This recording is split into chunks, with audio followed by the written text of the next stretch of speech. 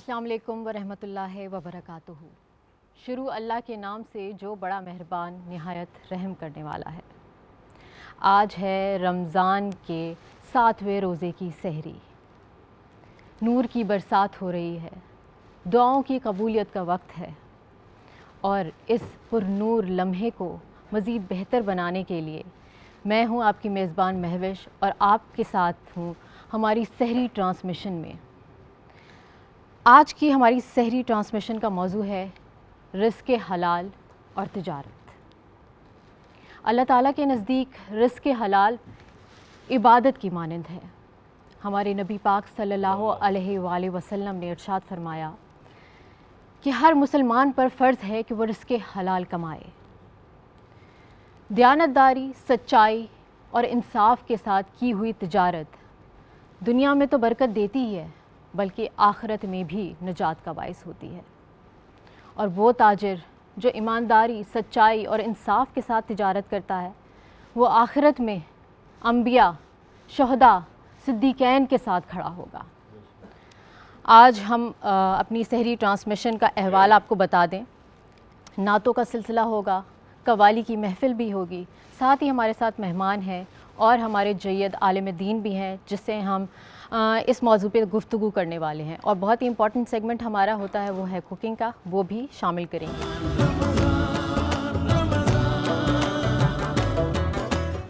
آج ہم جس موضوع پہ بات کرنے والے ہیں اس کی ہماری زندگی میں بہت زیادہ اہمیت ہے، یعنی رزق حلال، وہ روزی جو ہم کماتے ہیں۔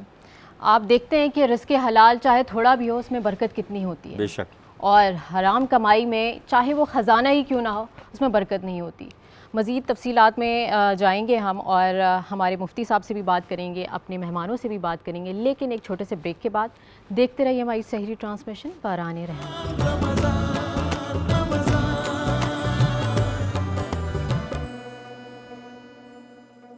باران رحمت سحری ٹرانسمیشن میں ایک دفعہ پھر خوش آمدید۔ ہم آ گئے ہیں اپنے کچن سیگمنٹ میں، اور ہماری شیف ہیں خدیجہ ہمارے ساتھ۔ السلام علیکم۔ وعلیکم السلام۔ کیسی ہیں آپ خدیجہ؟ آپ بتائیں، آپ کیسی ہیں؟ الحمدللہ، اللہ کا لاکھ لاکھ شکر ہے۔ سب سے فیوریٹ سیگمنٹ میرا کچن کا سیگمنٹ ہوتا ہے، کیونکہ مجھے بہت کچھ سیکھنے کو ملتا ہے، اور آج میری فیوریٹ چیز یہاں پہ پڑی ہے جو میں ویسے ہی کھاتی رہتی ہوں بوائل کر کے، لیکن آج اس کی کوئی اسپیشل ریسیپی بننے والی ہے۔ کیا بننے والا ہے یہ بتائیں گے؟ آج جو بننے والا ہے وہ ہے چکر چھولے۔ اور چکر چھولے کیا ہوتا ہے؟ چکر کا مطلب ہوتا ہے تھک، مطلب گریوی والا۔ اوکے۔ اور اس کا بیک گراؤنڈ یہ ہے کہ یہ ڈش جو ہے وہ پنجاب کی ہے، یہ زیادہ تر گاؤں کے علاقوں میں بنتی ہے۔ اچھا، ویسے ہم نے کافی سنا ہے کہ لوگ ناشتے میں یہ چھولے کا سالن اور پراٹھے کھاتے ہیں، بہت مزے کا لگتا ہے۔ آج وہی وائب آنے والی ہے۔ اچھا، یہ بنے گا کیسے؟ اچھا، اس میں سب سے پہلے ہم ڈالڈا کا کارن آئل ڈال دیں گے۔ اوکے جی، آج یوز ہو رہا ہے ڈالڈا کارن آئل، اور ڈالڈا لایا اب نیو کارن آئل جو کہ ہے 100% پیور، 100% پیور ڈالڈا کارن آئل جو آپ کی میلز کو بنائے لائٹ اور ہارٹ فرینڈلی، ذائقے دار کھانے اب ہارٹ ہیلتھ کے ساتھ۔ سو ہارٹ ہیلتھ کو ہم فوکس کر رہے ہیں آج، اور ہیلدی کھانا بنا رہے ہیں، بیکاز اگر ہم رمضان میں ہیلدی کھانا نہیں کھائیں گے تو پھر کب کھائیں گے؟ رمضان میں بہت زیادہ ضرورت ہوتی ہے کہ ہماری طبیعت ٹھیک رہے، پیٹ خراب نہ ہو، اور اس کے لیے ضروری ہے کہ ہم اچھا کھائیں، ہے نا؟ یہ ہیلدی بھی بہت ہوتا ہے، بہت زیادہ ہیلدی ہے، فل آف پروٹین ہے۔ اچھا، اس کے انگریڈینٹس کیا ہے وہ بتائیں۔ اچھا، جب ہم چھولے ابالیں نا تو اس میں ہم آلو ڈال دیں گے، ایک آلو ڈال دیں گے۔ جب یہ ابل جائے اس کے بعد پھر ہم آلو اور چھولے اور دہی کو گرائنڈ کر کے پیسٹ بنا دیں گے اس کا۔ آلو چھولے کو گرائنڈ کر دیں گے؟ جی، اس کا پیسٹ بنا دیں گے۔ ارے واہ، یہ تو ہمس جیسا کوئی فلیور نکل کے آیا۔ ایسے ہی نکلے گا۔ اوکے، تو اس کو ہم بنا کے سائڈ میں کر لیں گے، پھر ہم اس کا مسالہ بنائیں گے جس میں ہم آئل ڈالیں گے، اس کے بعد پیاز ڈالیں گے، ٹھیک ہے، پھر اس میں ہم لوگ یہی جو گریوی ہم نے ساتھ میں بنائی تھی وہ ایڈ کر لیں گے۔ اس کے بعد پھر ہم مرچ مسالے ڈال دیں گے، ہلدی، زیرہ مسالہ اور کشمیری ریڈ مرچ اور نمک، اوکے، اور چاٹ مسالہ، بس۔ ٹھیک ہے جی، یہ تو سارے ہی مسالے ہو گئے، بس کیسے ہو سکتا ہے؟ یہ تو بہت مسالے ہیں۔ چلیں، آپ مسالوں کا امتزاج کیجئے اور ہمارے لیے اچھا سا کھانا بنائیے۔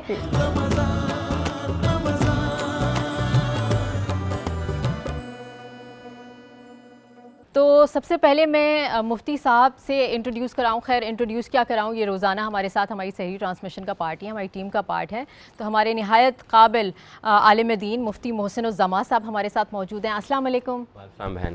کیسے ہیں آپ؟ الحمدللہ، آپ خیریت سے؟ ٹھیک ہے، اللہ کا لاکھ لاکھ شکر ہے. مجھے یہ بتائیے رمضان کے جو روزے ہیں وہ گرمیوں کی طرف جاتے جا رہے ہیں تو کیسا فیل ہو رہا ہے؟ جس کی وجہ سے میں ٹھنڈا پانی اور شربت بھی زیادہ پی لے تو تھوڑا سی یہ ہے کہ طبیعت آج تھوڑی سی مفتی صاحب کی ناساز ہے اور ہم پہلے سے ہی معذرت خواہ ہیں اگر تھوڑی سی گلے میں خراش کی تکلیف اگر آپ کو دیکھنی پڑے، کیونکہ واقعی ہوتا یہ ہے کہ جب لائیو ٹرانسمیشن ہوتی ہے تو ہمیں بیماری کو بھی ایک سائڈ پہ رکھنا ہوتا ہے، کام ہمارا عبادت کی طرح ہے، ہمیں پہلے کام پہ فوکس کرنا ہے. اچھا جی، مہمانوں کا سلسلہ شروع کرتے ہیں. سب سے پہلے ہمارے ساتھ جو خاتون موجود ہیں ان کو آپ نے ٹیلی ویژن اسکرین پہ کافی دفعہ دیکھا ہوگا، کمرشل بھی یہ کر رہی ہوتی ہیں، ایکٹنگ بھی یہ کر رہی ہیں، تو یعنی یہ میڈیا انڈسٹری سے ہی ہیں اور اکثر میڈیا انڈسٹری کے لوگوں کو سبھی جانتے ہیں. تو آج ہمارے ساتھ موجود ہیں عائشہ نعمان صاحبہ. السلام علیکم. وعلیکم السلام. کیسی ہیں آپ؟ میں بالکل ٹھیک ہوں، اللہ کا شکر. آپ بتائیں کیا حال ہے؟ الحمدللہ. مجھے یہ بتائیے کہ رمضان ہے، رمضان میں تو اسپیشل پروجیکٹس چل رہے ہوتے ہیں، تو کیسے ٹائم نکال لیا آپ نے؟ رمضان میں عادت ہو گئی ہے اب تو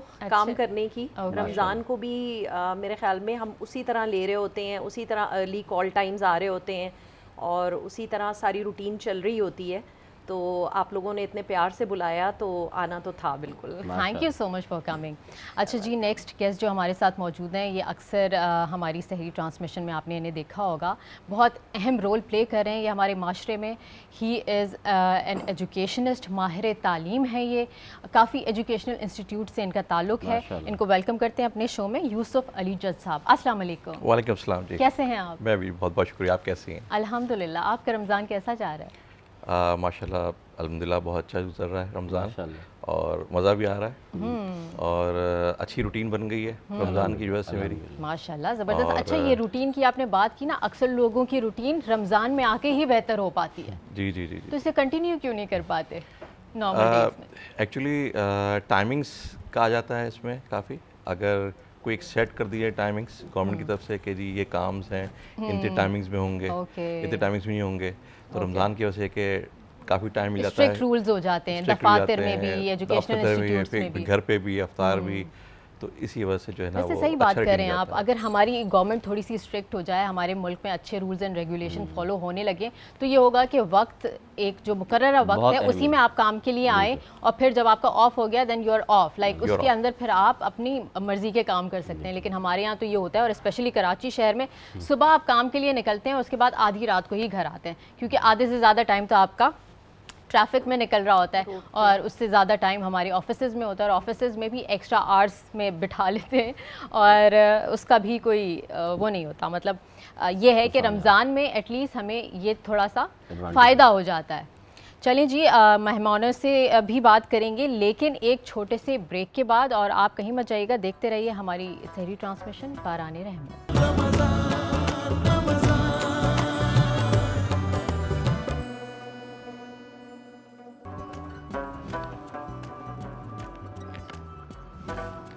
باران رحمت سحری ٹرانسمیشن میں آپ سب کو ایک دفعہ پھر خوش آمدید کہتی ہوں. مہمان ہمارے ساتھ موجود ہیں، مفتی صاحب بھی ہیں، لیکن سب سے پہلے میں ہمارے جو مہمان ہیں یوسف صاحب، ان سے تھوڑی سی بات چیت کرنا چاہوں گی رزق حلال کے حوالے سے ہی، کیونکہ آج کا ہمارا یہ ٹاپک ہے. مہنگائی بہت زیادہ بڑھ گئی ہے اور تعلیم کے شعبے کو بھی افورڈ کرنا بہت زیادہ مشکل ہو گیا ہے عام لوگوں کے لیے.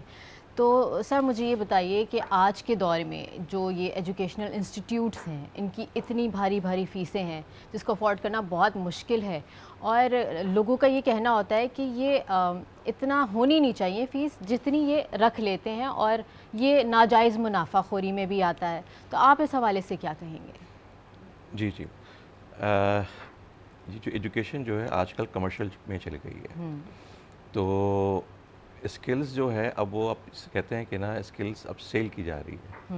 ٹھیک ہے. اور پڑھائی جو ہے وہ ویسے نہیں ہے، اور آج کل کی جنریشن ہے وہ صرف خوش ہوتی ہے ایمبینس سے، فیسلٹیز سے، کہ جن سے ان کو انجوائمنٹ ملے.